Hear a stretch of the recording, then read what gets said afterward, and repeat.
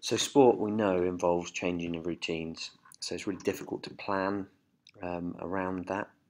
We know that fixtures and competitions can involve lots of travel and overnight stays in surroundings that you might not be familiar with, or that is constantly changing. For example, um, if a football team has played predominantly their home games in Manchester, for instance, and then all of a sudden they're having to travel to Barcelona and stay overnight for a Champions League fixture, we know there's a change in routine in terms of the time zone, change in routine in terms of where you're staying and your surroundings.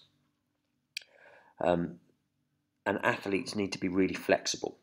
Okay, because if they're not flexible with their daily lives, then they find it difficult to make these changes with these routines. You need to think about the impact on performance when an athlete changes routine. Some athletes are really capable with doing it, others are not. Okay, so they might experience an injury that puts them out for a period of time, and it might cause them frustration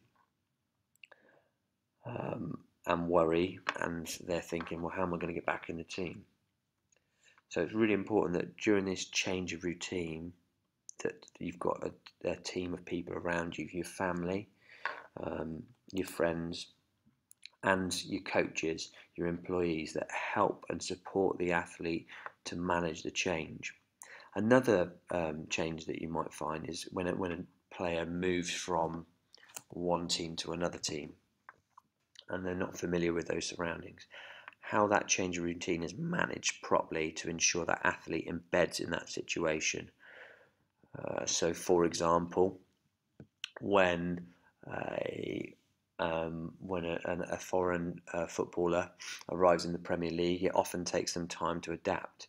And what happens is they usually make a friend within the group, which kind of helps them integrate and get involved. And the coach will look to find different members of the team to put them with to help that process of bedding in and that change of routine to become normality, and that they manage that process.